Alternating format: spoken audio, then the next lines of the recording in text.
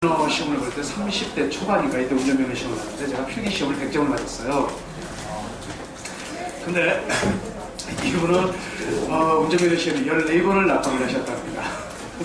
그래서 정말 그 귀한 선생님을 모셨는데 어떻게 생각하면 진짜 우리 보통 사람들의 얼굴, 보통 사람들의 관점에서 보면 정말 정상적이지 않은 그런 어떤 그 삶을 살아오셨던 분입니다. 하지만 정상적이지 않은 삶을 살아오셨지만 그 누구보다도 훌륭하게 이렇게 인생을 갖고 오신 한 분을 오늘 모셨고, 여기 춘천서부터 여기까지 멀고 먼 인천까지, 춘천 인천이라고 옆집 아니라는 거 아시죠?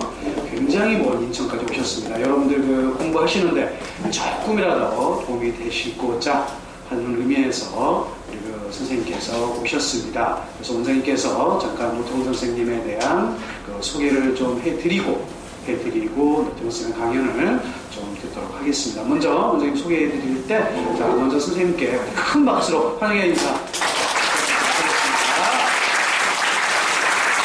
다시 한번 말씀드리고요.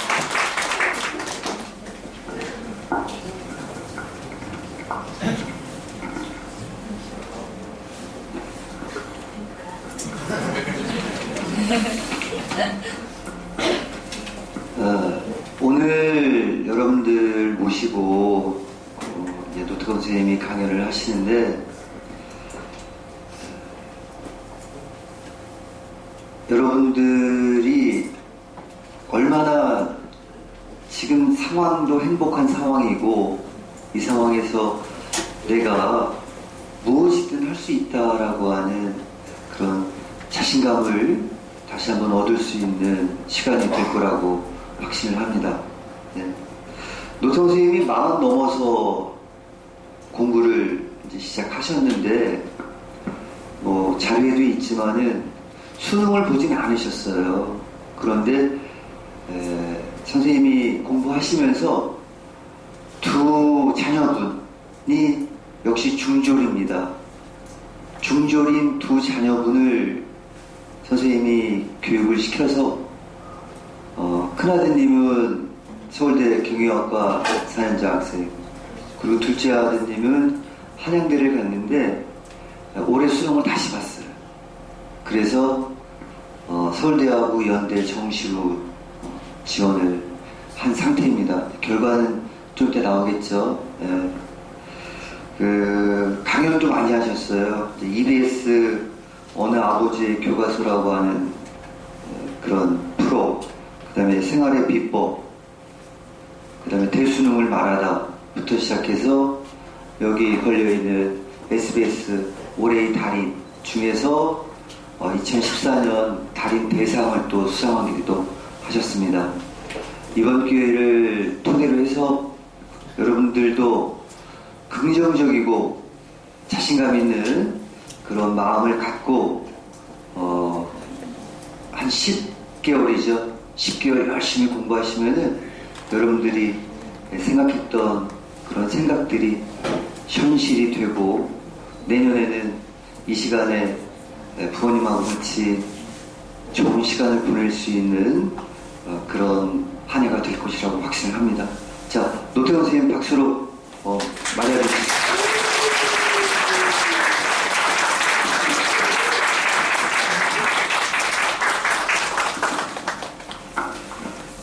제 이름은 노태곤입니다. 오늘 제가 이름부터 한번 쓰겠습니다.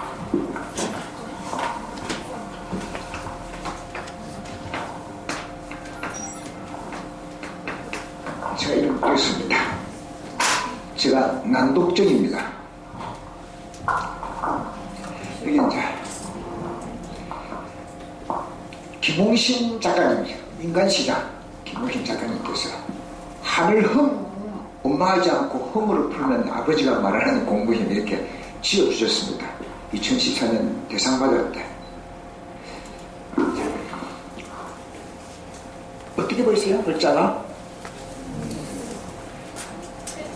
여러분 이렇게 보이죠? 이렇게 보입니다.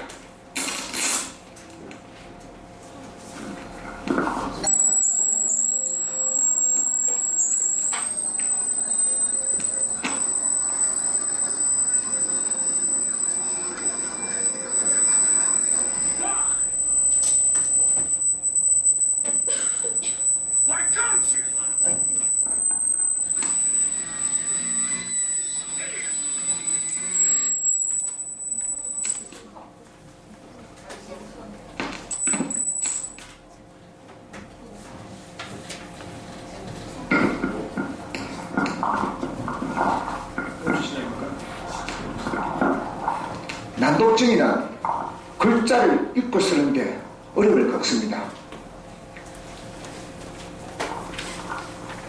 자, 보세요. 아이고.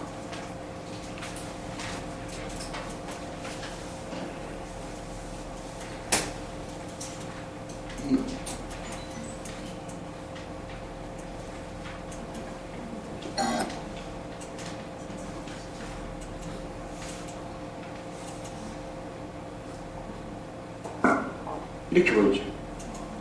B하고 D하고 바뀌어요. 이렇게 갑니다. 이렇게 갑니다. 글자가 겹쳐 보입니다. 흔들려 보이고 오르내려 보이고 흐릿해 보이고 이렇게 보이고 이렇게 보입니다. 글자가 이렇게 씁니다. 난독증 가시는 분들, 처치 수상, 그렇죠. 존 케네디, 아인슈타인, 피카소, 톰 크루즈.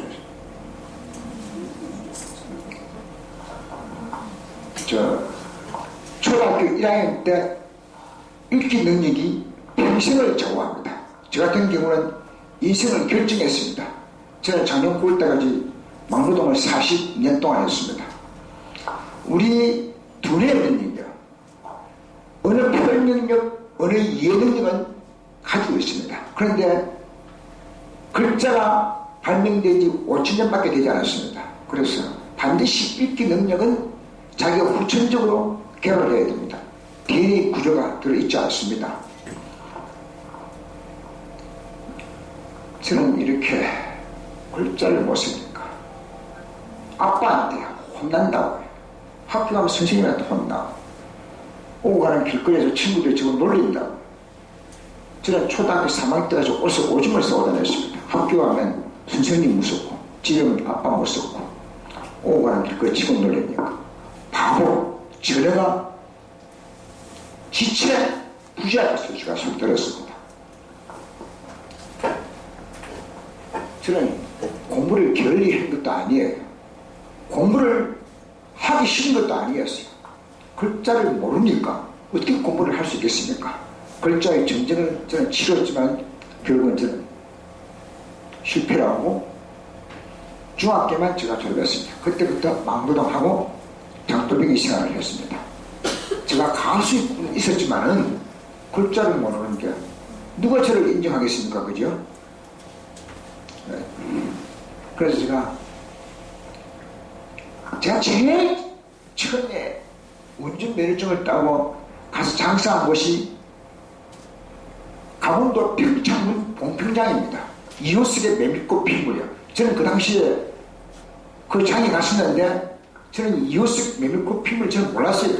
수능 공부를 하면서 이호석 메밀꽃 필물 그 이야기를 저 들었습니다. 저는 운전면허 시험을 치는데 80년도 8번 떨어졌습니다. 필기시험에. 글자를 모르니까. 87년에 또 6번 또 떨어졌습니다. 그래서 15번 만에 걸렸습니다. 제가. 저는 결혼도 하려고 생각하지 않았습니다. 그냥 혼자 살라고 했죠. 그런데 저를 사랑한 여인이 나타났습니다. 그래서 결혼을 하게 되었습니다. 하게 되었는데 아내가 저에게 사무치를 이렇게 많이 지원해 주었습니다. 그래서 제가 90년대 중반에 인테리어를 했었습니다. 아파트, 신규 아파트 들었으면 그 안에 몰딩 것도 모든 내 것을 제가 다 해줬습니다. 장사가 잘 됐었죠, 제가. 그 돈을 많이 버는 줄 알았는데 그때 아예 버텨지는 바람에 그 아파트가 부도나니까, 시공업체 부도나니까 저도 부도를 맞은 거죠. 그래 저도 전 재산을 다 잃었습니다. 문제는 제가 자재를 많이 구입했는데 자재를 배상할 그 돈이 없었어요. 그 제가 또 감옥에 가야 하는 그런 형편이 되었습니다. 그리고 우리 어머니가 아내하고 이렇게 했습니다. 애야, 손주들은 내가 키울 테니까 너는 우리 집을 떠나도 좋다 이런 거죠. 그래 아내가 한 말이 이랬습니다. 어머니, 이 자리에서 죽으라면 죽겠사오나 어찌 돈 때문에 지혜비를 배신할 수 있겠습니까? 죽어도 어머니 품에, 살아도 남편 품에 안기겠습니다 하지만 그 다음날 직장에 가서 21년 동안 농협중앙회 은행원으로 근무했습니다. 그래서 명예퇴직을 해가지고 그 돈으로 빚을 갚았어요. 빚은 갚고 지금 감옥에는 안 갔지만 문제는 뭐냐? 아내가 직장을 잃어버렸다. 그 튼튼한 직장을 잃어버렸다. 저는 다시 마두동 생활을 지금 했었습니다. 그런 과정에 큰애가 초등학교 입학을 했는데 한 4월경에 숙제를 가져왔어요. 애가 할 말이 뭐냐? 장래 희망이 뭔가라는 그런 숙제인데 아빠 어떻게 살면 되면 그거 물어요. 글쎄다 중졸이고 막노동꾼이고 글자는 모르는데 그렇게 생각해본 적이 전 없었거든요. 그래 가만히 생각하고 있는데 애가 느닷없이 한 말이 아빠 꿈은 뭐예요? 그 질문이 너무나 저를 당황스럽게 만들고 충격스러워 보내놨습니다. 맨날 며칠 제가 생각해봤죠. 그러나 별 수가 있으니까 별대로 살지 하고 그냥 포기라고 했는데 1학기가 마친 무렵에 큰애가 이렇게 그림 얘기를 보니까 글자를 쓰더라고요. 6개월 만에 그 조그마한 녀석이 저는 그 당시 나가 43살이었는데 얼마나 저거 신기하겠습니까? 그렇지 않았죠. 배우면 된다 이런 생각 가지고 아내가 달려갔죠. 저 공부하겠습니다 하니까 아내가 뛸 듯이 기뻐하면서 무슨 일을 하더라도 당신을 끝까지 하겠습니다. 문제는 어떻게 공부를 할 수 있을까가 문제죠. 글자를 모르는데 제가 까먹습니다만 까먹는 시지각적 난독증, 청지각적 난독증, 운동편의성 난독증, 명인 난독증 우리나라에 단 한 명 있어요. 5천만 분 중에 한 명이에요. 분의 1이 한 명 가지고 있어요. 제가 5천만 명 중에 한 명. 어린 사람이고 막노동 무조건 하루에 12시간 일을 해야 되거든요.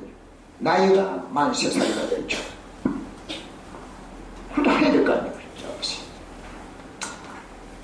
인생에서 아주 가끔씩 내가 반드시 해야 됩니다. 수능 인생에 반드시 해야 되지 않습니까? 그죠? 반드시 하세요. 자, 무한 용기가 필요하다 이죠. 공부는 머리가 좋은가 나쁜 게 달리는 것이 아니다 이죠. 얼마만큼 거기에 집착하고 열정을 쏟아내는 것이죠. 여기서 무한이란 그 사람의 열정입니다. 이제 공부를 한번 해보겠습니다. 제가 자 이거 저는 43살이에요 지금요. 43살 9월달 9월달 여러분부터 스타트가 저는 좀 많이 늦었죠. 우리 큰애는 제가 초등학교 동영찬인데 걔부터 3월달에 시작했고 제가 9월달 넘어 시작한다고요. 어떻게 공부해야 되냐면요. 갓난 아기처럼 공부해야 된다. 아내가 백설공주 공주파트를 다 이렇게 읽어줍니다. 1년 동안 이렇게 배웠어요. 1년 동안 들려주면 제가 똑같이 따라서 얘기하는 거죠. 갓난 어린애가 태어나서 똑같이 하는 거예요. 왜 그렇게 하느냐면요. 이유가 있습니다. 글을 못 읽는다고 해서 바보가 아니에요. 남이 글자를 읽어주면 이해할 수는 있더라 이거죠. 그 다음에 이렇게 하는 거죠. 글자를 이제 카드노를 이렇게 배웁니다. 초등학교, 중학교까지 아내로부터 배웠습니다. 그런데 아내가 아무리 공부를 잘해도 수능은 할 수 없지 않습니까? 그 당시에 제가 부산에 있으면서 양산에 일이 없어서 IFD가 일이 없어서 양산에 한 2시간 그 양산 가서 공단에 가서 막노동 하러 가는데 새벽 5시 집에 오면 저녁 9시 그러면 9시에 와서 씻고 9시 반부터 공부를 하면 새벽 2시 반까지 공부를 하고 새벽 2시 반에 가서 새벽 4시 반에 일어났습니다. 딱 2시간 났습니다. 그리고 4시 반에 일어나서 씻고 5시에 나가야 되니까 차만 타면 졸아요. 제가 버스만 타면 자꾸 졸았단 말이에요. 그 졸아보면 별 문제가 없지 않습니까? 그런데 좋으니까 코를 고다 코를 코 고는 소리가 헬리콥터 제공빙 소리가 나거든요. 다 하자니까 사람들이 뭐 할 수 없지 않습니까? 그 다음 날부터 어떻게 했냐면 성격이 없어서 서와 같습니다. 이렇게 손잡고 그래도 좋은데 그래도 코를 고르더라 이거죠. 이제는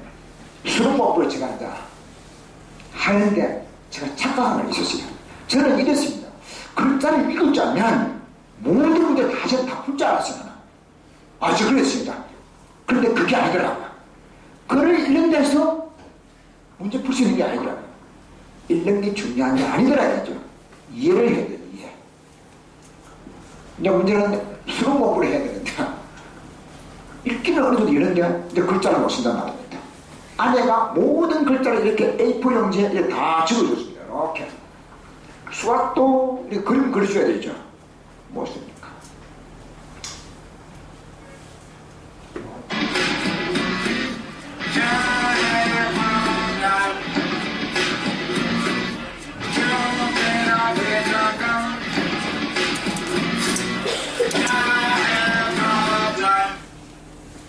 문제는 뭐냐면요, 제가